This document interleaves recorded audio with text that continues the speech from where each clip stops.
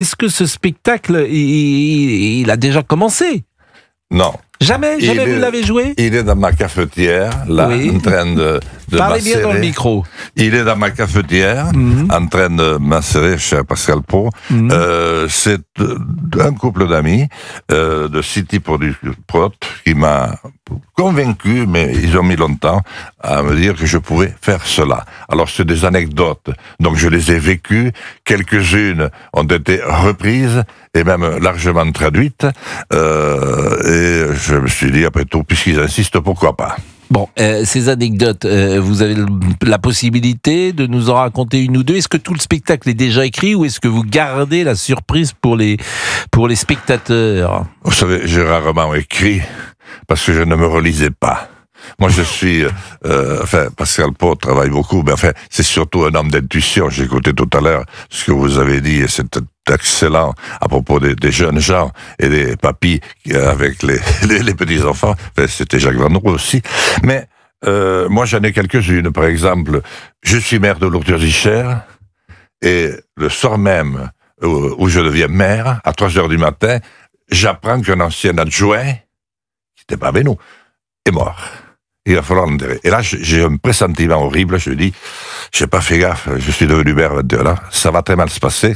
Et je raconte cette histoire où trois curés ont dû se succéder pour essayer de dire la dernière messe de cet homme.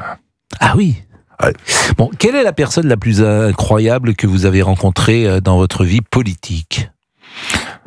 Ah, j'en ai rencontré plusieurs, mais je pense que celui qui m'a le plus épaté, c'est le commandant Massoud. Je l'avais reçu à Paris parce que j'étais pas encore député tout à fait, mais il y avait des députés qui voulaient l'amener à Bruxelles pour soi-disant le protéger. Donc on m'avait dit, cache-le toi. Moi j'avais déjà un petit bureau au 50 boulevard Malesherbes. Massoud m'a beaucoup impressionné. Je l'avais rencontré dans la Yougoslavie de Tito. Et j'avais d'ailleurs rencontré Tito grâce à sa petite fille. Et ça, je vais le raconter aussi.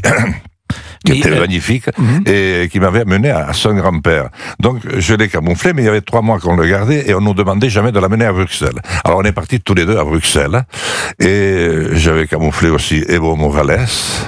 Sinon, parmi les hommes, bon, il y en a un mais que je moi, n'ai pas connu. Dans les hommes français, alors je rappelle que le commandant Massoud, évidemment, qu'on a surnommé le lion du Panchir, Oui. est le héros de la résistance afghane, et il a été assassiné par 2 membres d'Al-Qaïda qui se présentaient comme des journalistes. Bon, vous l'avez rencontré. Dans ces cas-là, vous échangiez en quoi? Vous parliez anglais? Ah, il parlait remarquablement français. Bon, vous parlez anglais? Non, pas du tout. 1, 2, 3, 4, 5, 6. Oui, effectivement, c'est un peu léger pour mener une conversation. Mais donc, alors ça, c'est des personnalités étrangères. Tito, je suis étonné que vous ayez rencontré Tito. Tito qui est mort il y a combien? 30 ans, 30, 40 ans ça qui était, alors, je ne sais même pas si les anciens, les jeunes générations savent qui est Tito. Tito a gouverné la Yougoslavie et l'a tenu d'une main de fer, mais avec une forme quand même d'indépendance vis-à-vis du bloc URSS. Il était très proche du seul homme que j'ai admiré en politique, c'est le général de Gaulle. Oui, il était proche de De Gaulle. Très proche. Et d'ailleurs, ils avaient créé avec le président Nasser, qui avait renversé le roi Farouk, je crois, les non-alignés. Alors, donc, Tito, oui, c'est le premier qui s'est libéré du joug nazi. Dès 1943. Bon, du joug nazi et puis également des nazis, mais bien sûr également de soviétiques. Bien sûr. Il n'a jamais accepté. Et là, sûr.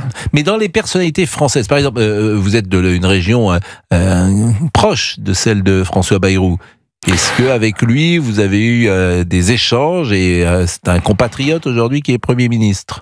Nous avons un petit peu démarré ensemble et nous sommes restés fort longtemps ensemble. Mais depuis 2010, je lui ai dit, écoute François, il n'y a absolument rien à voir entre ce que nous disons et la réalité. Et moi, je ne peux pas rester dans ce clair-obscur. Voilà. Donc, je me suis mis un petit peu à l'écart. Je ne l'ai pas embêté, je ne l'ai pas laissé continuer. Bon, vous êtes une personnalité quand même un peu atypique dans ce monde politique. Parfois, on se dit, est-ce qu'il est lucide? Est-ce que c'est du second degré? Est-ce qu'il joue? Est-ce qu'il s'amuse? Est-ce qu'il s'est créé un personnage? Est-ce qu'il a toujours été comme ça? À mon avis, c'est pas moi qui suis devenu comme ça. C'est la société tout entière qui est devenue ainsi. Il n'y a pas dans cette société de place pour, je sais que vous allez bien me comprendre, pour des personnalités entières qui n'acceptent pas la fatalité. Et moi, je me retrouvais un peu relégué à moi-même. C'est pour ça que j'ai accepté ce spectacle, parce que c'est même pour ça que je suis venu. Mais la société est impitoyable à l'égard de tout ce qui se distingue par une particularité et par l'amour de la France. Donc vous avez eu le sentiment, par exemple, d'être écarté? Complètement. J'ai été détruit. Mais détruit par qui? Par vos amis politiques? Non. Par vos adversaires politiques? Même pas. Non, j'ai été détruit par le système. Mais c'est qui? Mais je ne voudrais pas aller trop loin. Bon, le système qui s'est mis en place, qui avait déjà été... Parce que c'est les électeurs qui votent. Oui, mais pour l'instant, ils avaient quand même voté pour moi. Bon, j'ai perdu les 2 dernières élections, j'en avais gagné 27 auparavant. Ah oui, mais c'est le jeu, c'est comme... Ah, mais je me plains pas. Non, mais vous dites détruit, peut-être que les gens, tout simplement, ils appréciaient plus ou ils entendaient plus votre parole politique. J'ai fait 2 présidentielles, je crois que j'ai fait 4 heures de temps de parole à la dernière de 2022, à comparer avec les 30 de Mélenchon, Zemmour, je ne sais combien, Madame la maire de Paris, n'en parlons pas, et je les ai presque battus, pas Mélenchon, hein.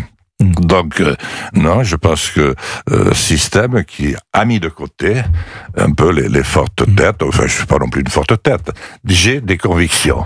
J'estime que si on n'est pas habité comme vous l'êtes, Pascal Praute, on n'a rien à foutre ici. Bah oui, mais alors des convictions, c'est quoi vos convictions, par exemple, en politique?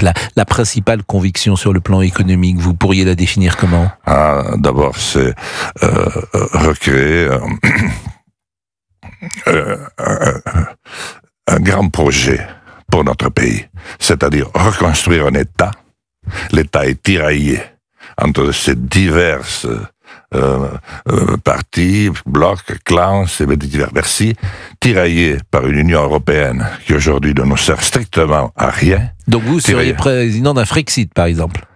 Mais le Frexit, c'est pas le Frexit, parce que les Anglais sont dans une île. Nous avons toujours fait partie de la terre européenne. Nous avons toujours assumé. Il faut continuer à assumer cette différence, mais on n'est pas obligé de s'accaparer de tous les fardeaux que nous ont mis les directives et les fameux référendums gagnés à 54% par les électeurs. Et qu'on pas été suivis. Mais quels sont vos amis en politique? Quels sont ceux de qui vous vous sentiez le plus proche? En politique, pas beaucoup, je dois dire, aujourd'hui. Mais j'aime bien Dupont-Aignan, mais je trouve qu'il s'est trop marqué avec Marine Le Pen. Il a pris un petit peu de distance. Non aligné. Et quel est le non aligné? Oui, vous dites, mais bon, forcément, si on est non aligné, on est tout seul, et si on est tout seul, c'est compliqué de faire de la politique tout seul. Oui, mais on avait dit à De Gaulle, mais il avait libéré la France, moi j'ai rien libéré du tout. Oui, mais après tout, c'était vous ne trouverez pas quelqu'un de cette trempe-là. Et l'avenir de la France à ce moment-là, vous la voyez comment? Quand vous vous projetez, vous avez quel âge aujourd'hui, Jean Lassalle? Je vais faire 70 ans le 3 mai prochain. Bon, convenez que la France que vous avez connue, la France dans laquelle vous êtes né, la France dans laquelle vous allez mourir, un jour, le plus tard possible, elle est aux antipodes. Donc quand vous vous projetez à 5 ans, 10 ans, quel est votre sentiment sur la France? C'est un sentiment profond. C'est que la France, malheureusement, a toujours eu l'art de se foutre dans des situations impossibles. A priori, comment je dirais, ingérables. Et pourtant, aujourd'hui, c'est l'un des plus vieux pays modernes du monde. Regardez, Pépin Le Bref, c'est pas d'hier. Hein.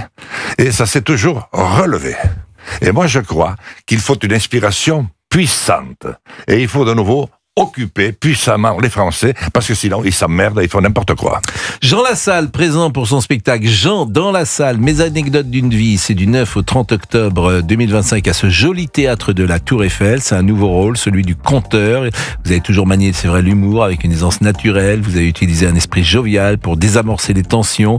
Cette fois, vous transformez ce talent en véritable performance scénique. C'est un projet scénique. C'est un projet qui est né de la rencontre avec Magda Agdandi, metteuse en scène, et Philippe Barrault, fondateur et directeur général chez City Prod, qui vous ont encouragé à relever ce nouveau défi. Et pour garder le contact avec les Français, vous endosserez un nouveau rôle, le vôtre, et vous annoncez, préparez-vous, ça va être du grand spectacle, une plongée intime dans une vie hors norme pendant plus d'1 heure.